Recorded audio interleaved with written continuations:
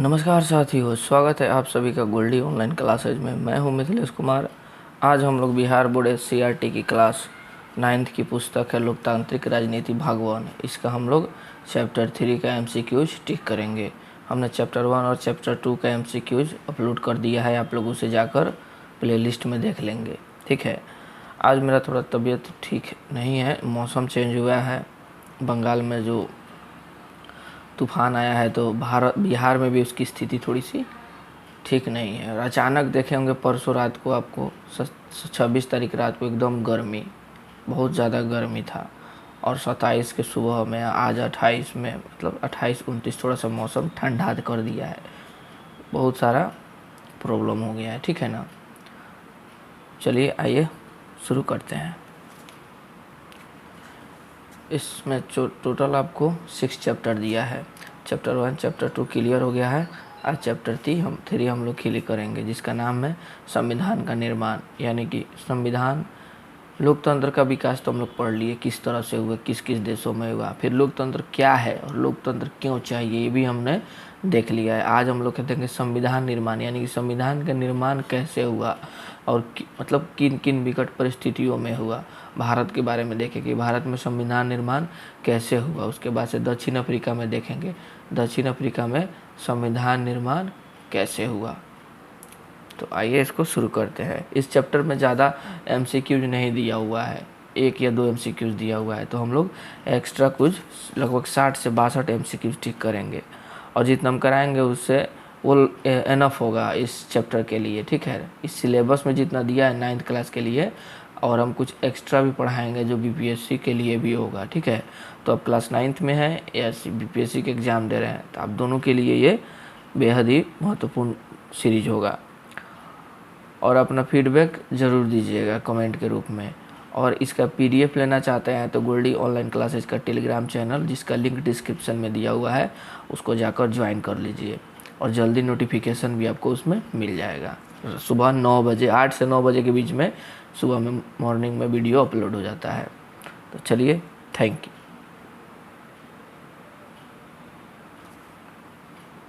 देखिए, पहले कह रहा है कि गलत वाक्य दिया हुआ है, हर एक में की गई गलती पहचाने और इस अध्याय के आधार पर इसको ठीक करके लिखें। यानी कि कह रहा है कि इसको आप इस सब्जेक्टिव टाइप का दे दिया है, इसमें ऑब्जेक्टिव कुछ भी नहीं है। ठीक है ना, देखिए ऑब्जेक्टिव को 2 नंबर दिया है बस। दक्षिण अफ्रीका का लोकतांत्रिक संविधान बनाने में इनमें से कौन सा टकराव सबसे महत्वपूर्ण था। तो अब सबसे पहले पीडीएफ जो हम डाले हैं, तो उस पीडीएफ को कम से कम आप लोग 2 बार पढ़िएगा। 2 बार नहीं होगा तो 10 रुपये लगेगा। 10 रुपये में उस पीडीएफ को आप लोग प्रिंट आउट करवा लीजिएगा फोटोकॉपी के दुकान में जाकर, और प्रिंट आउट करा के अंडरलाइन कर करके उस पीडीएफ को पढ़िएगा। ये भी एक माध्यम हो जाएगा। तो इसका हो जाएगा गोरे अल्पसंख्यक यानी और अश्वेत बहुसंख्यकों का टकराव था। ठीक है ना। उसके बाद नेक्स्ट क्वेश्चन है, लोकतांत्रिक संविधान में कौन सा प्रावधान नहीं रहता है। तो इसको आप लोग, इसका आंसर आप लोग कमेंट में बताइएगा ज़रूर। ठीक है, शासन प्रमुख के अधिकार, शासन प्रमुख का नाम, विधायिका के अधिकार और देश का नाम। इस क्वेश्चन आप लोग के लिए रहता है। आप लोग इसका कमेंट में या टेलीग्राम चैनल पे ज़रूर इसका आंसर आप लोग बताइएगा। इसका आंसर हम बताएंगे, क्वेश्चन थोड़ा ही हमें अच्छा लगा इसीलिए हम बोले हैं। ठीक है ना, आप लोग इसका आंसर ज़रूर कमेंट में दीजिएगा। संविधान शाम तक हम इसका आंसर डाल देंगे। ठीक है ना, इस क्वेश्चन का। फिर भी आप लोग अपना ज़रूर इसमें दीजिएगा, कहीं से भी लाकर इसको। संविधान निर्माण में इन नेताओं की उनकी भूमिका से मेल बैठाइए। मोतीलाल नेहरू 1928 में भारत का संविधान बनाए थे। 8 सदस्य था इसमें, लोग 8 कांग्रेसी नेता भी थे इनके साथ। BR अम्बेडकर प्रारूप समिति कमेटी के अध्यक्ष थे। राजेंद्र प्रसाद संविधान सभा के अध्यक्ष थे और सरोजिनी नायडू संविधान सभा की सदस्य थी। उसके बाद 5वां क्वेश्चन है, ये सब सही गलत दिया हुआ है। ठीक है ना, तो आइए हम लोग डायरेक्ट क्वेश्चन पे चलते हैं। तो आइए शुरू करते हैं। ठीक है, Bihar board class 9 political science MCQ chapter 3 संविधान निर्माण। दक्षिण अफ्रीका का लोकतांत्रिक संविधान बनाने में इनमें से कौन सा टकराव सबसे महत्वपूर्ण था। तो हो जाएगा गोरे अल्पसंख्यक और श्वेत बहुसंख्यकों का। देखिए, लोकतांत्रिक संविधान में कौन सा प्रावधान नहीं रहता है, तो ये क्वेश्चन हम लोग को दिए हैं। ठीक है ना, लेकिन लोकतंत्र का जो संविधान है, संविधान कम्युनिस्ट भी बनाता है, साम्यवादी भी बनाता है, राजशाही लोग भी, राजतंत्र में भी संविधान बनता है, हर शासन व्यवस्था में बनता है थोड़ा बहुत, ठीक है। लेकिन लोकतंत्र का जो संविधान है उसमें से जो 4 प्रावधान दिए इनमें से कौन जरूरी नहीं है, यानी कि देखेंगे लोकतंत्र का जो प्रावधान है जो जरूरी है उसको खोजेंगे, और जो अपने जरूरी नहीं होगा छन के निकल के आ जाएगा। नेक्स्ट क्वेश्चन है, दक्षिण अफ्रीका का संविधान लागू हुआ था, तो अप्रैल 1994 में लागू हुआ था, ठीक है। नेक्स्ट क्वेश्चन है, क्रिप्स मिशन कब भारत आया था, तो 1942 में क्रिप्स मिशन भारत आया था। भारतीय संविधान का स्रोत है, तो इसका आंसर बताइए आप लोग। इसका आंसर हो जाएगा, बताइए, जनता होगा इसका आंसर, ठीक है ना। सब इस जनता से ही तो सब कुछ आगे हुआ है। नेक्स्ट क्वेश्चन है, इनमें से कौन सी ऐसी विशेषता है जो भारतीय संविधान में नहीं है, तो सीधा बात है, कोई भी बता देगा जो बढ़िया से पढ़ा होगा डीपली। साम्यवादी शासन व्यवस्था नहीं है भारतीय लोकतांत्रिक शासन व्यवस्था है। धर्मनिरपेक्षता है जो 42वें संविधान संशोधन अधिनियम द्वारा जोड़ा गया था, ठीक है। उसके बाद से विशाल संविधान है, ये मूल अधिकार तो था ही। रिपब्लिकन पार्टी ऑफ इंडिया के संस्थापक कौन थे, तो डॉक्टर भीम राव अंबेडकर थे इसके। संविधान का निर्माण किस उद्देश्य के लिए किया जाता है, तो हो जाएगा इसका आंसर कुशल शांतिपूर्ण शासन सुस्पष्टता के लिए। देश की आज़ादी के लिए तो आंदोलन होते हैं ना, गरीबी उन्मूलन के लिए आपको योजनाएं निकाली जाती है, लोकतंत्र लाने के लिए आपको आंदोलन किया जाता है, लेकिन संविधान निर्माण किया जाता है कुशल शांतिपूर्ण एवं शासन की सुस्पष्टता के लिए। नेक्स्ट क्वेश्चन है, स्वतंत्र भारत के प्रथम गृह मंत्री कौन थे जिन्होंने अट्टू शाह से धैर्यपूर्व भारतीय रियासतों के लिए विलय में निर्णायक भूमिका अदा की, तो ये तो सब कोई जानता है। इसका हो जाएगा सरदार वल्लभ भाई पटेल थे। ये जो रियासतों को एक कर रहे थे तो इनके साथ 3 आदमी था लो, बीपी मेनन थे, लॉर्ड माउंटबेटन और सरदार वल्लभ भाई पटेल, 3 लोगों का योगदान था इसमें। भारतीय संविधान सभा के सदस्यों का चुनाव हुआ था, तो आपको जुलाई 1946 में चुनाव हुआ था। देखिए क्वेश्चन कितना बड़ा दिया है। 26 जनवरी 1950 को हम विरोधाभासों से भरे जीवन में प्रवेश करने जा रहे हैं, ठीक है। राजनीति के मामले में हमारे यहाँ समानता होगी, पर आर्थिक और सामाजिक जीवन असमानताओं से भरा होगा। भारतीय संविधान सभा में ये अम्बेडकर जी का कथन है। देखिए अम्बेडकर जी का ही कथन है, ठीक है ना, सीधे पकड़ लीजिए। राजनीति मामले में हमारे लिए समानता होगी, पर आर्थिक और सामाजिक जीवन में असमानता किसके लिए था उस समय, तो देख लीजिए आप लोग किसके लिए था। अश्वेतों द्वारा स्वतंत्रता के लिए आंदोलन किस, इस समय आपको छोटी जाति के जो भी लोग थे, SC ST हो गए, चाहे दलित हो गए, पिछड़े वर्ग हो गए, पिछड़ा वर्ग जितना जो लोग था उनके लिए उस समय बहुत ही विकट स्थिति था। ये वैदिक काल ऋग्वैदिक काल से ये विकट स्थिति उत्पन्न हो गया। सॉरी ऋग्वैदिक और उत्तर वैदिक काल से, ऋग्वैदिक काल में तो ऐसा कुछ था नहीं, उत्तर वैदिक काल से शुरू हुआ और होते होते एकदम अभी तक आज़ादी के समय तक बहुत ही विकराल रूप ले लिया था। उसके बाद कानून बनाया गया, फिर भी अभी तक ज़मीनी स्तर पे ये चीज़ अभी ख़त्म नहीं हुआ है, मानसिकता लोगों का अभी नहीं गया है, ठीक है ना। लोग खुलकर नहीं आते हैं, लेकिन मन में हल्का ऊंच नीच आ ही जाता है। आज भी गांव देहात में आप लोग जाइएगा तो। अश्वेतों द्वारा स्वतंत्रता के लिए आंदोलन किस देश में संचालित किया गया था, तो दक्षिण अफ्रीका होगा इसका।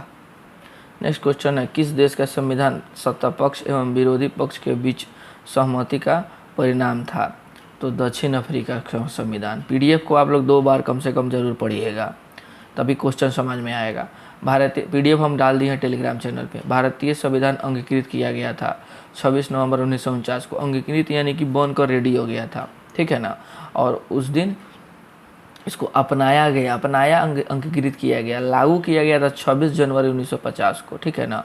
क्या है कि 1930 का 29-30 का जो लाहौर अधिवेशन हुआ था, रावी नदी के तट पे रात के 12 बजे स्वराज बनाने, मतलब झंडा फहराए थे जवाहरलाल नेहरू का, तभी से स्वतंत्रता दिवस मनाया जाता आ रहा था 26 जनवरी को।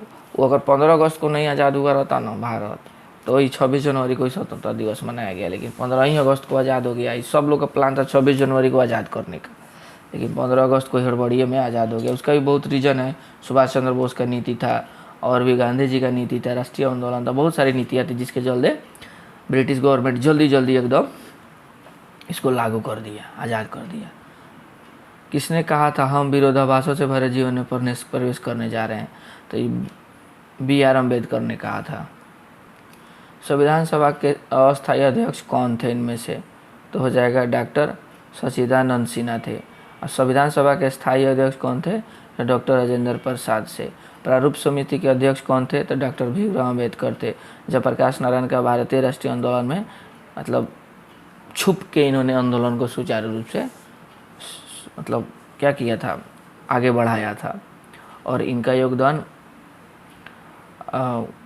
छात्र आंदोलन जो बिहार में हुआ था 1975 में आपातकाल के खिलाफ, उनमें भी इनका बहुत ज़्यादा योगदान था, ठीक है ना। मरणोपरांत इनको भारत रत्न से सम्मानित किया गया था। और एक क्वेश्चन बनता है, भारतीय संविधान सभा के उपाध्यक्ष कौन थे? तो S.C. मुखर्जी थे। ये Tier 2 में प्रश्न पूछा हुआ है। भारतीय संविधान कब लागू हुआ? तो हो जाएगा 26 जनवरी 1950 को लागू हुआ था। 24 जनवरी 1950 को अंतिम बैठक हुआ था। 25 जनवरी 1950 को चुनाव आयोग गठित हुआ था।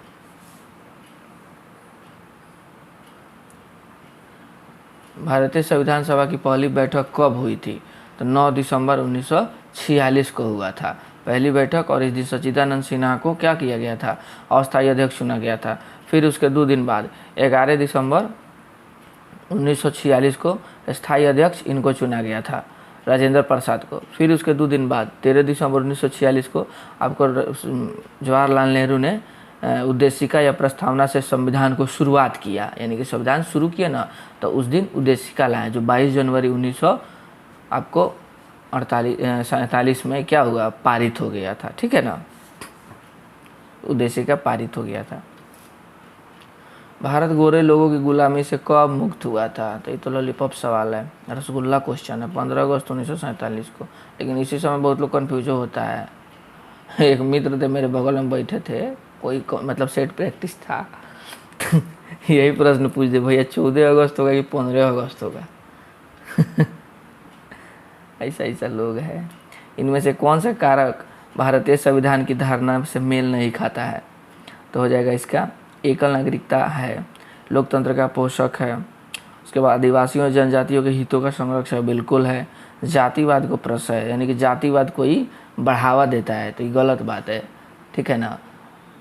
आर्टिकल 17, 16, 15 जो है ये जातिवाद को ख़त्म करता है, ठीक है ना, मौलिक अधिकार में है। मतलब 14 जो है ना समानता का अधिकार, 14 से 18 तक, इसमें जातिवाद और बहुत चीज़ को मतलब ऊंच नीच की भावना को हटाया गया है। निम्नलिखित में से कौन संविधान सभा के प्रारूप समिति के अध्यक्ष थे? तो भीमराव अंबेडकर थे। नेक्स्ट क्वेश्चन है, मूल रूप से गठित संविधान सभा के कुल सदस्यों की संख्या कितनी थी? तो थी 389 थी, ठीक है ना। और जब विभाजन हो गया था 299 हो गया था। संविधान में प्रस्तावना के उल्लेख की परंपरा किस देश के प्रारंभ हुई? तो हो जाएगा संयुक्त राज्य, ठीक है ना, प्रस्तावना। और इसका भाषा लिया गया है ऑस्ट्रेलिया से लिया गया है, ठीक है ना। और परंपरा किस देश की संविधान से प्रारंभ हुई थी? तो संयुक्त राज्य अमेरिका से लिया गया था। भारतीय संविधान में परिवर्तन यानी संशोधन की कितनी प्रक्रियाओं का उल्लेख किया गया है? तो 3 प्रक्रियाओं का। साधारण है, उसके बाद से विशेष बहुमत वाला है, उसके बाद से विशेष बहुमत वाला चाहे आधा से अधिक राज्य का है, ठीक है ना। हमारी पीढ़ी के सबसे महान व्यक्ति की कामना और आंख से आंसू पोंछने की है। यह किसका कथन है जिसे पंडित नेहरू ने स्वतंत्रता दिवस के अवसर पर उद्धृत किया था? तो यह आपको महात्मा गांधी का कथन है, ठीक है। मैंने गोरों के खिलाफ एक लंबे अरसे तक संघर्ष किया। ये पढ़ लीजिएगा आप लोग, ठीक है। धीरे धीरे स्लाइड कर दे रहे हैं। करा यह उक्ति निम्नलिखित में किनकी है?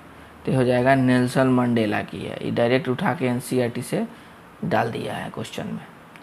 नेल्सन मंडेला एवं 7 अन्य प्रमुख नेताओं को कब रंगभेद की नीति के खिलाफ करने के लिए आजीवन कारावास की सजा दिया गया था?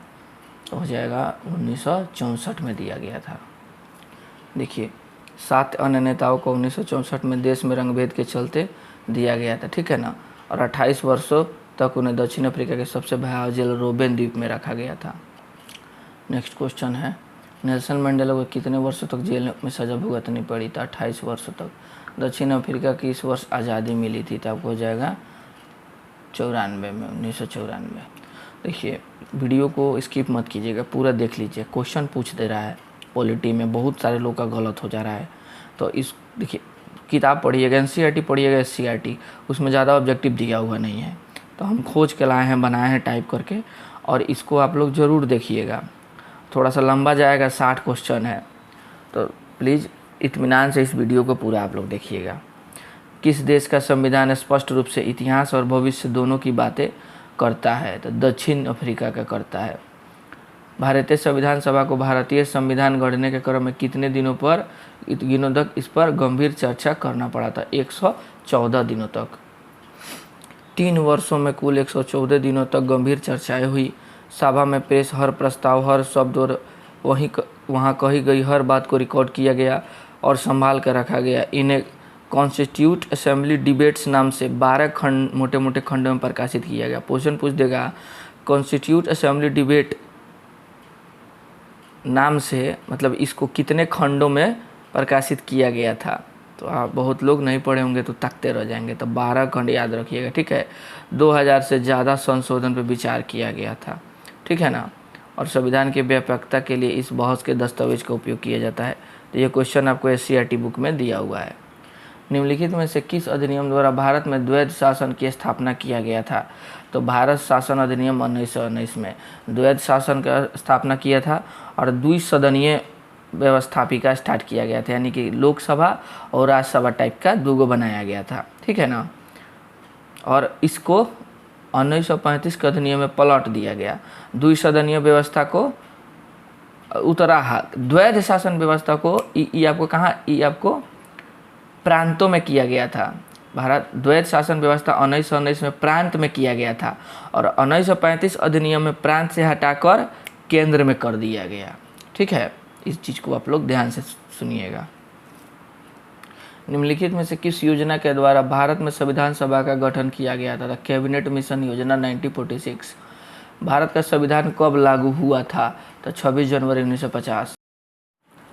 नेक्स्ट क्वेश्चन है, निम्नलिखित में से कौन व्यक्ति भारतीय संविधान सभा के सदस्य नहीं था? तो महात्मा गांधी नहीं थे। लोकतांत्रिक संविधान में कौन सा प्रावधान नहीं रहता है? तो देखिए ये क्वेश्चन आप लोग को मिल ही गया, हम नहीं बताना चाहते थे, ठीक है ना। दिए थे कि शाम को आप लोग शाम तक बताइएगा, तो चलिए आंसर मिल गया। तो शासन प्रमुख का नाम नहीं होता है, ठीक है, इसको सही कर लीजिएगा। भारतीय राष्ट्रीय आंदोलन के समय 1928 ईस्वी में किसके नेतृत्व में संविधान का निर्माण किया गया था? तो मोतीलाल नेहरू के नेतृत्व में किया गया था। देखिए यहाँ से आप लोग पढ़िएगा, ठीक है ना। हम डायरेक्ट पॉइंट पे आते हैं। 1928 में मोतीलाल नेहरू और कांग्रेस के 8 अन्य नेताओं ने एक संविधान लिखा था।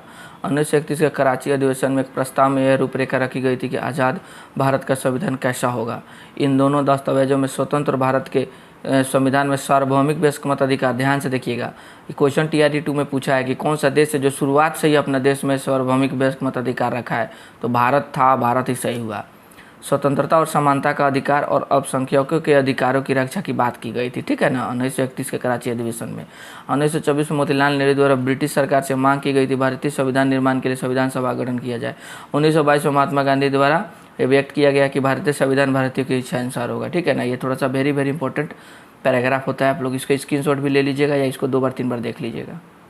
नेक्स्ट क्वेश्चन है, धार्मिक स्वतंत्रता की चर्चा किस देश के संविधान की प्रस्तावना में किया गया है? तो भारत की है। धर्मनिरपेक्ष या पंथ निरपेक्ष आप लोग कहिए, ठीक है ना। भारतीय संविधान के निम्नलिखित कौन सी विशेषता नहीं है? तो हो जाएगा साम्यवादी शासन। होम रूल आंदोलन कब चलाया गया था? तो 1916 में चलाया गया था। एनी बेसेंट के और बाल गंगाधर तिलक के द्वारा चलाया गया था। बाल गंगाधर तिलक ने आंशिक उत्तरदायी शासन की स्थापना का प्रावधान किस अधिनियम में किया गया था?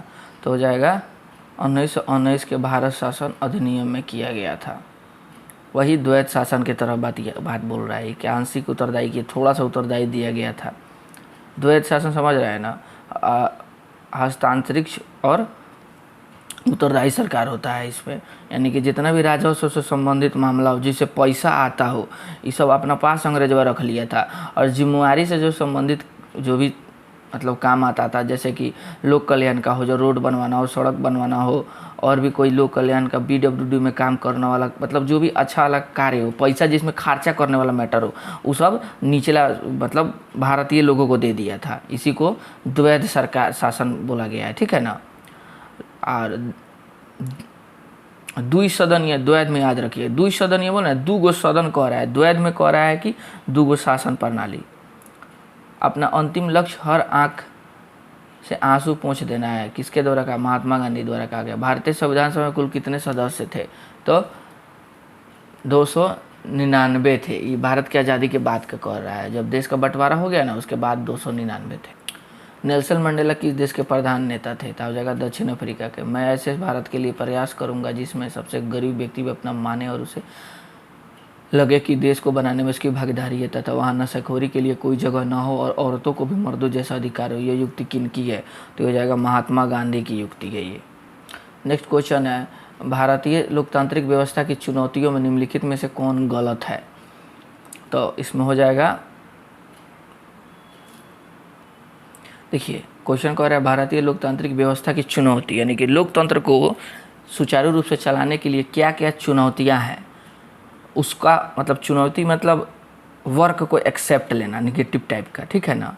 निगेटिव होगा वही ना चुनौती होगा, यानी कि आपको चुनौती क्या? आपको एग्जाम पास करना, और चाहे अगर आपके समय अगल बगल में निगेटिव लोग हैं उनसे दूरी बनाना, या आपका जो निगेटिव थॉट है, निगेटिव आदतें हैं, जो भी आपका निगेटिव आदत है उसको ख़त्म करना, वही ना आपका चुनौती है। जैसे कि मोबाइल चलाना, रील्स देखना, और भी बहुत सारा निगेटिव आदत होगा, मतलब वो हम नहीं बोलेंगे, तो उस चीज़ से दूर हटना ही आपका चुनौती हुआ। तो वैसा ये लोकतांत्रिक व्यवस्था की जो चुनौती है उसको देखेंगे। और ये पूछ रहा है नहीं है, यानी कि अच्छाई, आपका चुनौती कौन कौन नहीं है? तो आप अच्छा पढ़ लिख लेते हैं, आप 10 घंटा टेबल पे बैठ लेते हैं, ये आपका चुनौती नहीं होगा, ठीक है ना। आप नहीं पढ़ते हैं, आप 1 घंटा में ही टेबल से उठ जाते हैं, नींद आने लगता है, ये आपका चुनौती होगा, ये आपका निगेटिव पोर्शन चुनौती होगा। तो लोकतांत्रिक व्यवस्था का चुनौती पूछ रहा है, चुनौती नहीं है, तो चुनौती हम लोग मतलब निम्नलिखित में से नहीं है, तो चुनौती खोजेंगे। तो राजनीतिक जागरूकता की कमी, यानी कि राजनीतिक लोकतंत्र में सब कोई, अच्छा अभी वोट हुआ होगा तो कौन जानता है कि कौन सरकार, मतलब ग्रामीण परिवेश में जाइएगा तो बस हस्बैंड वाइफ मतलब घर का मुखिया बोल दिया होगा कि हाँ एकरा बटन दबा के आ जाएगा। मतलब जो भी महिलाएं हैं, चाहे गरीब आदमी है, पूछ लेगा केकरा का वोट देवे के बाद, तो सीधा से जाके गरीब मतलब ज़मीनी स्तर का बात कर रहे हैं, वोट दे देगा। उसको ना लोकतंत्र का पता है, ना संविधान के बारे में पता है, ना साम्यवाद के बारे में पता है, ना तानाशाही के बारे में पता है, ठीक है ना। उसका ज़रूरत से मतलब होना चाहिए। इस चीज़ का कमी को होना राजनीतिक जागरूकता बोलते हैं, ठीक है ना। सरकार के स्थायित्व का अभाव, यानी कि सरकार कभी भी बदल सकती है। इसमें लोकतंत्र का चुनौती है कि सरकार कभी भी हट सकती है किसी का भी। उसके बाद नैतिक मूल्यों का ह्रास होना, ये भी लोकतंत्र का चुनौती है। लेकिन अनेकता में एकता पाया जाना, ये लोकतंत्र का पक्ष का बात हो रहा है, यानी कि पॉजिटिव है। बहुत सारे विविधता वाले देश हैं, मतलब हर कल्चर, हर संस्कृति, साउथ इंडिया में चल जाइए, वेस्ट इंडिया में चाहिए, पूर्वोत्तर में जाइए, नॉर्थ में जाइए, मतलब थोड़ा थोड़ा दूरी पे हम लोग का भाषा, खान पान, पहनावा सब बदलता है, फिर भी हम लोग क्या है? इंडियन है। मतलब हमारा आधार कार्ड पे इंडियन है लिखा रहता है, हम भारतीय हैं, ये नहीं लिखा कि हम बिहारी हैं, गुजराती हैं, कुछ भी ऐसा नहीं लिखा होता है। तो यही हमारे अनेकता में एकता का मतलब पाया गया है, ठीक है ना। तो ये इसका चुनौती नहीं है। तो चुनौती माने निगेटिव, याद रखिएगा। तो लोकतंत्र का निगेटिव है तो खोज लीजिएगा, तो अपने पॉजिटिव छट के निकल जाएगा, ठीक है ना। तो इनमें से कौन सा ऐसा तत्व है जो भारतीय संविधान की प्रस्तावना से मेल नहीं खाता है? तो हो जाएगा धर्मनिरपेक्षता है, सांप्रदायिकता, आदर्शों एवं मूल्यों की झलक, और सरकार के स्वरूप की जानकारी। तो सांप्रदायिकता, सांप्रदायिकता समझते हैं, यानी कि किसी एक धर्म को ज़्यादा बढ़ावा देना, वही सांप्रदायिकता का ले लेता है रूप। तो ये लोकतंत्र के लिए समझिए जहर के समान है, ठीक है ना। तो इसका हो जाएगा ऑप्शन बी। दक्षिण अफ्रीका के लोकतांत्रिक संविधान में कौन सा संघर्ष सर्वाधिक महत्वपूर्ण था? तो हो जाएगा श्वेत और अश्वेतों का ज़्यादा महत्वपूर्ण था। नेक्स्ट क्वेश्चन है, इनमें से धर्मनिरपेक्ष राज्य का सही अर्थ क्या है? तो हो जाएगा राज्य का अपना कोई धर्म नहीं होना, ठीक है ना, या राज्य किसी और धर्म को बढ़ावा नहीं देता है, ये भी हो जाएगा, ठीक है ना। चलिए, भारतीय संविधान कब बनकर तैयार हो गया था? 26 नवंबर 1949 होगा, ठीक है ना, बनकर तैयार हो गया था और 26 जनवरी 1950 को अपना लिया गया था। तो इस ऑप्शन पे ध्यान नहीं दीजिएगा, ये उत्तर पे इसका हो जाएगा 26 नवंबर 1949 होगा। उस दिन संविधान बनकर तैयार हो गया था और उस दिन संविधान को अंगीकृत किया गया था। डेट याद रखिएगा, इस ऑप्शन में कोई डेट नहीं दिया हुआ है, इस ऑप्शन पे ध्यान मत दीजिएगा। 26 नवंबर 1949 को संविधान बनकर तैयार हो गया था। उस दिन 15-16, ठीक है ना, मतलब 15 गो जो अनुच्छेद था उस अनुच्छेद को हम लोग लागू कर दिए थे, ठीक है ना, और 26 जनवरी 1950 को लागू किया गया था, यही में ध्यान दीजिएगा। दक्षिण अफ्रीका में अश्वेत, रंगीन चमड़ी वाले और भारतीय मूल के लोगों के बीच रंगभेद की नीति के खिलाफ संघर्ष प्रारंभ हुआ था, 1950 में हुआ था। नेक्स्ट क्वेश्चन, निम्नलिखित में से कौन भारतीय संविधान की विशेषता नहीं है? तो हो जाएगा लोकप्रिय प्रभुसत्ता पर आधारित संविधान है, अलिखित संविधान, धर्मनिरपेक्ष संविधान है, मौलिक अधिकारों का रक्षक है। ऑप्शन बी होगा, अलिखित संविधान थोड़ी है, ब्रिटेन का अलिखित संविधान है। संविधान द्वारा भारत को किस आधार पर राज्यों का संघ घोषित किया गया है? केंद्र और राज्यों के बीच शक्तियों का विभाजन, केंद्र को शक्तिशाली बनाना, राज्यों को कमजोर बनाना, एक स्वतंत्र राष्ट्र पोषित करना। इसका होगा आंसर ए होगा, केंद्र और राज्यों के बीच शक्तियों का विभाजन करना, अर्धसंघात्मक है, ठीक है ना। उसके बाद निम्नलिखित में से कौन सा तथ्य भारतीय न्यायपालिका की स्वतंत्रता में बाधा उत्पन्न करता है? तो ध्यान से पढ़िएगा, मतलब न्यायपालिका के स्वतंत्रता में भेद मतलब रुकावट अड़चन लाता है। सर्वोच्च न्यायालय के न्यायाधीशों की नियुक्ति प्रधानमंत्री द्वारा होने पर न्यायाधीशों के पद को सुरक्षित प्रदान करना, न्यायाधीशों के आचरण पर व्यवस्थापिका द्वारा किसी प्रकार के विचार व्यक्त नहीं करना, न्यायाधीशों के वेतन में कटौती न करना, ठीक है ना। इसका ई होगा, सर्वोच्च न्यायालय के न्यायाधीशों की नियुक्ति प्रधानमंत्री द्वारा नहीं होगा, ठीक है ना, यही चीज़ इसमें हो अड़चन देता है। भारत में किस प्रकार की नागरिकता है? तो हो जाएगा एकल नागरिकता है। माउंटबेटन योजना कब भारत आया था? तो 1947 में आया था, 4 जून। निम्नलिखित में से किस भारत विभाजन का जिम्मेदार माना जाता है? तो 1947 ईस्वी के कैबिनेट मिशन योजना को भारत विभाजन का जिम्मेदार माना जाता है। भारत के संविधान का निर्माण किसके द्वारा किया गया था? तो संविधान सभा के द्वारा। ये क्वेश्चन टियर 2 में या शायद टियर 3 में जरूर पूछा हुआ प्रश्न है। संविधान सभा की प्रथम टियर 2 में पूछा हुआ है, याद आ गया हमें। टियर 2 में क्वेश्चन है, साफ ऐसे ये पूछा है, वो उठा के इसको आप लोग स्टार मार लीजिएगा। संविधान सभा की प्रथम बैठक कब हुई थी? तो हो जाएगा 9 दिसंबर 1946 को हुआ था। नेक्स्ट क्वेश्चन है, संविधान सभा का अध्यक्ष किसे निर्वाचित किया गया था? तो हो जाएगा आपको डॉक्टर राजेंद्र प्रसाद को। अध्यक्ष पूछ रहा है, अस्थायी अध्यक्ष पूछेगा तो आपको सच्चिदानंद सिन्हा मारेंगे। अध्यक्ष पूछा है, चाहे स्थायी अध्यक्ष तो राजेंद्र प्रसाद। भारतीय संविधान के बुनियादी मूल्य तत्व एवं दर्शन को झलक कहाँ मिलती है? तो प्रस्तावना में मिलती है, ठीक है ना। तो चलिए 62 क्वेश्चन हो गया टोटल। इस चैप्टर में से बुक पढ़िएगा और खुद से बनाइएगा तो ऑब्जेक्टिव क्वेश्चन तो नहीं मिलेगा। पीडीएफ डाल दिए, पीडीएफ को देख लीजिएगा, उसके बाद इस क्वेश्चन को टिक कीजिएगा, बहुत हेल्पफुल होगा, ठीक है। एक एक चैप्टर को एक एक दिन, जिस दिन हम जो डालते हैं उसको उसी दिन देख लीजिएगा। कल के लिए छोड़िएगा तो वो आपको एक दिन बोझ हो जाएगा। रोज़ का पढ़ाई रोज़ करते चलिए। और चैनल पे नए हैं तो चैनल को लाइक सब्सक्राइब कर लीजिए, बेल आइकन को प्रेस कीजिए, इससे हमें मोटिवेशन मिलेगा। जितना व्यूज़ बढ़ेगा, जितना लाइक कीजिएगा, आप लोग लाइक बटन दबा दीजिएगा तो हमें मोटिवेशन मिलेगा कि हाँ आप लोगों को अच्छा लग रहा है और इसमें हम ऐड करेंगे और मैटर इसमें हम लोग ऐड करने का कोशिश करेंगे। तो चलिए आज के लिए इतना ही। थैंक यू, जय हिंद।